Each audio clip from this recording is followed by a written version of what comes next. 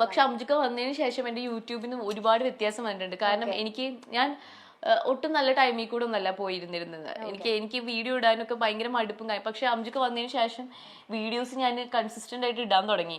കാരണം അംജുക്ക പറയും video ഇടുന്നില്ലേ consistent ആയിട്ട് വീഡിയോ ഇടാൻ തുടങ്ങി. പിന്നെ എനിക്ക് തന്നെ ഉള്ളിലൊരു സന്തോഷം വന്നു. അതുകൊണ്ട് ഞാൻ ചെയ്യുന്ന കുറച്ചും കൂടി ആക്റ്റീവ് ആയി തുടങ്ങി അംജുക്ക വന്നതിന് ശേഷം. ഒരു വീഡിയോ കോൾ ചെയ്തിട്ടുള്ള ഒരു റീല് ഞാൻ കണ്ടിട്ടുണ്ടായിരുന്നു. അപ്പൊ അതിൽ അസ്ല ഭയങ്കര വിഷമിച്ചിരിക്കുമ്പോ എനിക്ക് അവിടെ അപ്പുറത്ത് നിന്നിട്ട് ഭയങ്കരമായിട്ട് മോട്ടിവേറ്റ് ചെയ്ത് സംസാരിക്കുന്ന പോലെയാണ് നമുക്ക് ആ വീഡിയോ കാണുമ്പോൾ തോന്നുന്നത്. എനിക്ക് തോന്നുന്നു അപ്പൊ ആൾക്ക് അവിടെ നിന്ന് ഒരു പവർ ഇങ്ങനെ ഫുൾ കൊടുത്തോണ്ടിരിക്കുക വീഡിയോ കോൾ. സത്യമാണ്. ഞാൻ ഇടയ്ക്കിടയ്ക്ക് ഡൗൺ ആയി പോകും. ഇപ്പോഴല്ല പക്ഷെ അംജുക്ക വരുന്ന സമയത്ത് ഞാൻ ഭയങ്കര മോശം സമയത്തിൽ കൂടി പോയിരുന്നത്.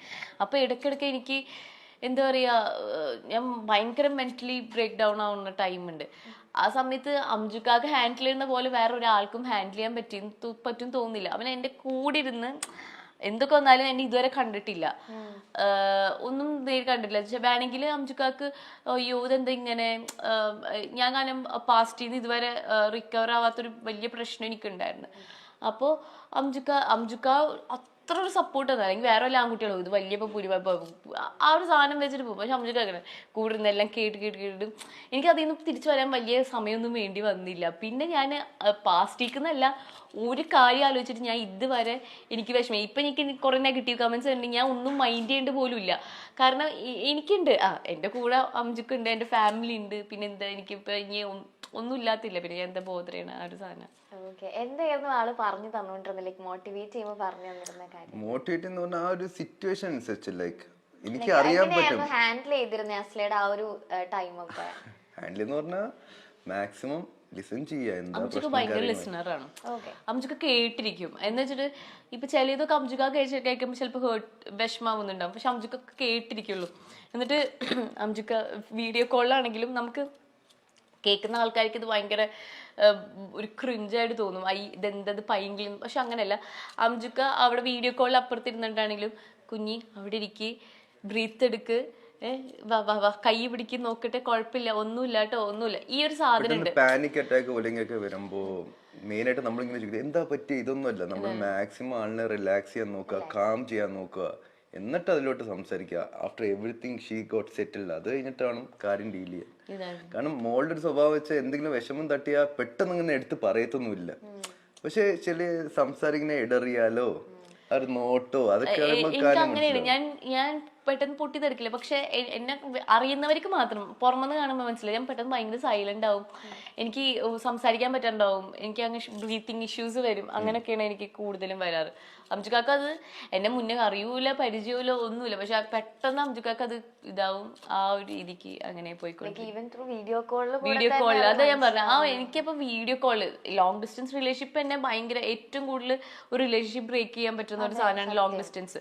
പക്ഷെ നമ്മൾ ഇതുവരെ കാണാത്ത പോലും ആൾക്കാർക്ക് അത് ഭയങ്കര ഡീപ്പായിട്ട് വന്നേക്കുന്നത്. ഞങ്ങൾക്ക് ലോങ് ഡിസ്റ്റൻസ് ആണെന്ന് തോന്നിയില്ല. ഓക്കെ, നേരി കണ്ടിട്ടില്ല, ഫിസിക്കൽ പ്രസൻസ് ഇല്ല. പക്ഷെ നമ്മൾ തമ്മിലൊരു ഏറ്റവും കൂടുതൽ ഞാൻ എന്താ പറയാ ആഗ്രഹിക്കുന്നത് ഇമോഷണൽ സപ്പോർട്ടാണ്. എനിക്ക് വേറെ ഒരു സപ്പോർട്ടിനേക്കാളും കൂടുതൽ വേണ്ടത് ഇമോഷണൽ സപ്പോർട്ട്. അത് അംജുക്ക ആവശ്യത്തിൽ അധികമാണ് തന്നുകൊണ്ടിരിക്കുന്നത്. ഇപ്പൊ ലോങ് ഡിസ്റ്റൻസ് റിലേഷൻഷിപ്പിന്റെ കാര്യം നമ്മൾ പറഞ്ഞുകൊണ്ട് ചോദിക്കുകയാണ്. അതുപോലെ നിൽക്കുന്ന ഒരുപാട് ആൾക്കാരുണ്ട്. അപ്പൊ നേരത്തെ പറഞ്ഞാൽ അതൊരു ബ്രേക്കപ്പിനുള്ള ഒരു ചാൻസും കൂടെ കുറെ പേര് റിലേഷൻഷിപ്പിൽ നമ്മളത് കാണുന്നുണ്ട്. അപ്പൊ അങ്ങനെയുള്ളവർക്ക് നിങ്ങളിപ്പോ ഇത്രയും അത് നേരിട്ട് കണ്ടിട്ട് പോലും മാരേജിലേക്ക് വരെ എത്തി നിൽക്കുക, അവർക്ക് എന്താ ഒരു അഡ്വൈസ് കൊടുക്കാനുള്ള? ആക്ച്വലി അത് ഭയങ്കര ഹെൽപ്ഫുൾ ആയിരിക്കും അവർക്കും. അതെ, മെയിനായിട്ട് കമ്മിറ്റഡ് ആയിരിക്കുക, ഓണസ്റ്റ് ആയിട്ടിരിക്കുക.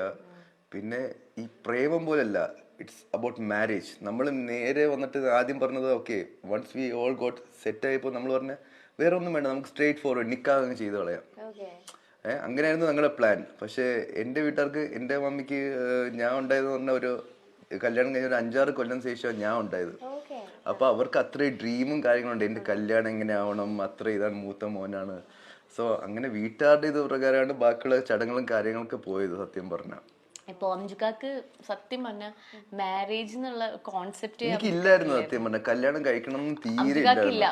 അംജുക്കാട് ഒരു ഇത് വെച്ചിട്ട് ഒരാളെ സ്നേഹിച്ചു കഴിഞ്ഞാൽ എന്തിനാണ് ഒരു മാരേജ് എന്ന് പറഞ്ഞൊരു സാധനം, എന്തിനാണ് അതിൽ ആവശ്യമില്ലല്ലോ. ഇങ്ങനത്തെ ഒരു മൈൻഡ് സെറ്റ് ആയിരുന്നു അംജുക്കാക്ക്. അതാണ് 31 വയസ്സ് വരെ അംജുക്ക കല്യാണം കഴിക്കാതെ ഇരുന്ന് മെയിൻ കാര്യം എന്തിനാ ലവ് പോരെ എന്നുള്ളൊരു സാധനമായിരുന്നു. പിന്നെ അംജുക്കാക്ക് പിന്നെ ജോലി കാര്യം ആ സൈക്കിളിൽ ഇങ്ങനെ പോയപ്പോ പിന്നെ മനസ്സിലായി എനിക്ക് ഒരാള് വേണം. ഇങ്ങനെ ഒരു point at A point of time നമുക്ക് തന്നെ മനസ്സിലാവും ഇനി അങ്ങോട്ട് ഈ ഒറ്റപ്പെട്ട ജീവിതമല്ല ഇനി അങ്ങോട്ട് മുന്നോട്ടുള്ളൂ. നമുക്ക് നമ്മളായിട്ടുള്ള ഒരു ഹാപ്പിനെസ്സും കാര്യം വേണമെങ്കിൽ ഒരാളായിട്ട് ഷെയർ ചെയ്യണം. അതിന് ഏറ്റവും ബെസ്റ്റ് ഒരു പാർട്ട്ണറാണ്. ലോങ് ഡിസ്റ്റൻസ് റിലേഷൻഷിപ്പ് എനിക്ക് മെയിനായിട്ട് തോന്നിയത് ഏറ്റവും കൂടുതൽ ഈ ബ്രേക്കപ്പ് വരാൻ കാരണം എന്ന് വെച്ച് കഴിഞ്ഞാൽ ഇപ്പം നമ്മൾ പ്രേമിക്കുന്ന സമയത്ത് പൊസസീവ്നെസ് എന്നുള്ള സാധനം ഭയങ്കര തൊട്ടടുത്തിരിക്കുമ്പോൾ തന്നെ പൊസസീവ്നെസ് എന്നുള്ള സാധനം ഉണ്ടായിരിക്കും. അപ്പൊ ഈ ദൂര സ്ഥലത്ത് പോകുമ്പോൾ അറിയുന്നില്ല ആളെന്ത് ചെയ്യുന്നു, എവിടെ പോകുന്നു. അപ്പൊ ഉള്ളിൽ ഭയങ്കര ഇൻസെക്യൂരിറ്റീസ് വരും. ഈ ഇൻസെക്യൂരിറ്റീസ് ഇല്ലാതാക്കി കൊടുക്കേണ്ടത് പാർട്ട്ണർക്കും ഒരു മെയിൻ കടമയാണ്. എന്നുവെച്ചാൽ സംശയരോഗം ഉണ്ടെങ്കിൽ നമുക്ക് ഒന്നും ചെയ്യാൻ പറ്റത്തില്ല. പക്ഷെ ഒരു പരിധി വരെ പൊസസീവ്നെസ് നമുക്ക് ഇല്ലാതാക്കാൻ പറ്റും. നമ്മൾ ഒന്നും വിശേഷം കാര്യം അറിയിക്കില്ല. ഞാൻ എവിടെ പോയാലും ബാത്റൂമിൽ പോയാൽ പോലും അറിയിക്കുന്നല്ല. പക്ഷെ എവിടേക്കെങ്കിലും പോകുമ്പോൾ ഞാൻ ഇങ്ങനെ പോയി ഇത് ചെയ്തു ഓപ്പൺ ആയിട്ട് പറയാം, ഓപ്പൺ ആയിട്ടിരിക്കാം. കമ്മ്യൂണിക്കേഷൻ എന്നുള്ളത് ഭയങ്കര വലിയ ഫാക്ടറാണ്. പിന്നെന്ന് പറയുന്നത് ഒരു എഫേർട്ട് എടുക്കണം. ഇപ്പൊ ടൈം ഡിഫറൻസ് ഉണ്ടാവും 5.5 മണിക്കൂർ. രണ്ടുപേരും ഒരു എഫേർട്ട് എടുത്തില്ലെങ്കിൽ അവിടെ സംസാരിക്കാൻ ഒരിക്കലും വരും. നമ്മളിവിടെ രാവിലെ ആകുമ്പോൾ അവിടെ രാത്രി, അങ്ങനൊക്കെ സമയം ഇങ്ങോട്ട് വിളിക്കട്ടെ എന്ന് പറഞ്ഞു ഇങ്ങോട്ട് വിളിക്കട്ടെ ഇരുന്ന്, അല്ലെങ്കിൽ ഞാൻ ഭയങ്കര ടയേർഡാണ് എനിക്കിപ്പോ ഇതല്ലല്ലോ സമയം എന്നൊക്കെ പറഞ്ഞ ഒരു റിലേഷൻഷിപ്പ് ഒരിക്കലും അത് മുന്നോട്ട് പോകത്തില്ല. നമുക്ക് എപ്പോഴും ആ ഒരാളുടെ കൂടെ അയാൾ ഉണ്ട് എന്നുള്ളൊരു സാധനം വരുത്തി തീർക്കണം. പിന്നെന്ന് പറയുന്നത് അണ്ടർസ്റ്റാൻഡിങ് ആണ്, മനസ്സിലാക്കുക.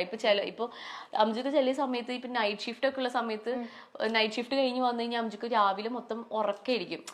കാരണം എഴുന്നേറ്റിരിക്കാൻ പറ്റില്ല. എത്രയെന്ന് വെച്ചിട്ട് ഒരു മനുഷ്യന് ഫുള്ള് ആ പണി കഴിഞ്ഞിട്ട് അപ്പൊ ഉറങ്ങുമായിരിക്കും. അപ്പൊ നൈറ്റ് ഷിഫ്റ്റ് ഉള്ള സമയത്ത് എനിക്ക് കിട്ടാറേ ഇല്ല അംജുക്കാനെ, കുറവാണ്. പക്ഷെ ഓരോ ഉറക്കത്തിന്റെ ഇടയിൽ പുള്ളി വിളിക്കും, ഉറങ്ങി എഴുന്നേറ്റിട്ട് വിളിക്കും വെക്കും. അതിൽ സംസാരം ഭയങ്കര കുറവായിരിക്കും. അപ്പൊ അതും മനസ്സിലാക്കാം. എല്ലാം അങ്ങോട്ടും ഇങ്ങോട്ടൊക്കെ അഡ്ജസ്റ്റ്മെന്റ് വേണം. എന്തൊക്കെ വന്നാലും എപ്പോഴും അഡ്ജസ്റ്റ്മെന്റ് ഇല്ല, അണ്ടർസ്റ്റാൻഡിങ് പറഞ്ഞ കാര്യമില്ല. നമ്മൾ രണ്ട് വീട്ടിൽ നിന്നും രണ്ട് സാഹചര്യത്തിൽ നിന്ന് വരുന്നവരെ. അപ്പൊ അങ്ങോട്ടും ഇങ്ങോട്ടും ഒരു അഡ്ജസ്റ്റ്മെന്റ് വേണം. അത്രേ ഉള്ളൂ. ഓക്കെ. ഇപ്പൊ എനിക്ക് ഇത്രയും കഥകൾ കേട്ടപ്പോൾ എനിക്ക് തോന്നുന്നു സോഷ്യൽ മീഡിയയിലാണെങ്കിൽ ഇപ്പൊ ഈ നെഗറ്റീവ് കമന്റ്സ് വരുന്നത് തന്നെ അംജുക്ക് ഭയങ്കര എക്സ്പ്രസീവ് ആയിട്ട് ഈ സംഭവങ്ങൾ കാണിക്കുന്നു. പക്ഷെ എനിക്ക് തോന്നുന്നു നിങ്ങളുടെ ലൈഫിൽ ആ ഒരു പോയിന്റിൽ 2 പേർക്കും കല്യാണം വേണം, ഒരു പാർട്ട്ണർ വേണം എന്ന് തോന്നിയത് കൊണ്ട് കൂടെയാണ് ആ ഒരു അത്രയും സ്നേഹം എക്സ്പ്രസ് ചെയ്യുന്നതെന്നാണ് ഇത്രയും നേരം സംസാരിച്ചപ്പോ എനിക്ക് തോന്നിയ ഒരു കാര്യം. അംജുക്കാക്ക് ഒരു പേരും വന്നിട്ടുണ്ട്, ഉമ്മച്ചൻ. അതെ അതെ അതെ ഉമ്മച്ചൻ. പക്ഷെ എനിക്കതൊരു എന്താ പറയാ നെഗറ്റീവ്. കാരണം ദാറ്റ് പോയിന്റ് ഓഫ് ടൈം ഞാൻ 4 മാസം ഇതുവരെ കാണാത്ത ഒരാളാണ്. പെട്ടെന്ന് കണ്ടപ്പോ ഇത്ര നാൾ അടുക്കി വെച്ച ആ സ്നേഹം മൊത്തം, പിന്നെ ഞാൻ കാണിച്ച സ്നേഹം പറഞ്ഞ ആ കണ്ടുകൂട്ടി ആ ടൈമിലും പിന്നെ ഞങ്ങളുടെ കല്യാണത്തിലും ബംഗോളിക്കും that was our happy moment. അത്രമാത്രം ഞാൻ വേറെ ഒന്നുമല്ല നോക്കിയത്, ഞാൻ എന്റെ ഹിലമോളെ മാത്രമാണ് നോക്കിയിട്ടുള്ളത്.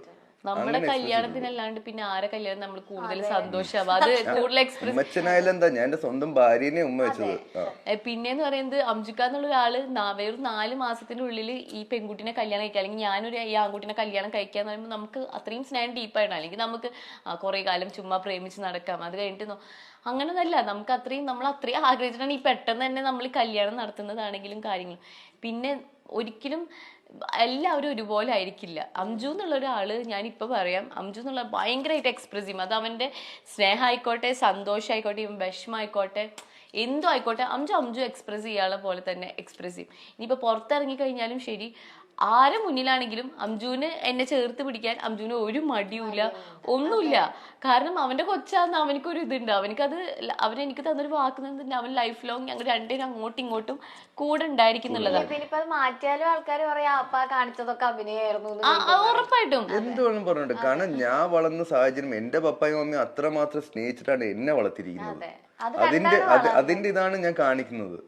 അംജുഖാന് 5-6 വർഷം കഴിഞ്ഞിട്ട് അവർക്ക് ഉണ്ടായത് കാത്തിരുന്ന് കിട്ടിയ കുട്ടി. അപ്പൊ മാക്സിമം ഇപ്പോഴും അവര് പറയുന്നത് അവരുടെ ഏറ്റവും പ്രഷ്യസ് ആണ്, അല്ലെങ്കിൽ ട്രഷറാണ് അംജുഖ എന്ന് പറയുന്നത്. അപ്പൊ അംജുഖാനെ അങ്ങനെ സ്നേഹിച്ചാകുമ്പോ അംജുഖാക്ക് എന്താ തിരിച്ചും അംജുഖാടെ സിബ്ലിങ്സ് എന്നേന്നല്ല, അംജുഖാടെ സിബ്ലിങ്സ് ആയിക്കോട്ടെ, അംജുഖാടെ ഫ്രണ്ട്സ് ആയിക്കോട്ടെ, എല്ലാരോടും അംജുക്ക ഒരു പ്രത്യേക സ്നേഹമാണ് കാണിക്കുന്നത്. വീഡിയോസിൽ കാണുന്നുണ്ടായിരുന്നു, എല്ലാവരോടും ആ ഒരു ഇതാ കാണിക്കുന്നത്. അത് അംജുക്ക എന്നുള്ള ക്യാരക്ടർ അങ്ങനെയാണ്. ഇപ്പോ എനിക്ക് ഈ കമന്റ്സ് വായിച്ചു നോക്കിയപ്പോൾ തോന്നിയത് ഒരു തരം ഫ്രസ്ട്രേഷൻ ആണ് ആൾക്കാർക്ക്.